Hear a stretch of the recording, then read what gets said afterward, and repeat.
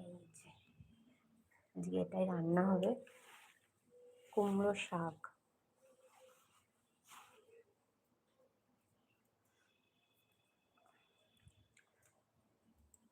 আর এই শাকটা হচ্ছে, দেখুন কোথাকার শাকটা, পুরো টাটকা তুলে এনেছি। হ্যাঁ দেখাই, ওই দেখুন,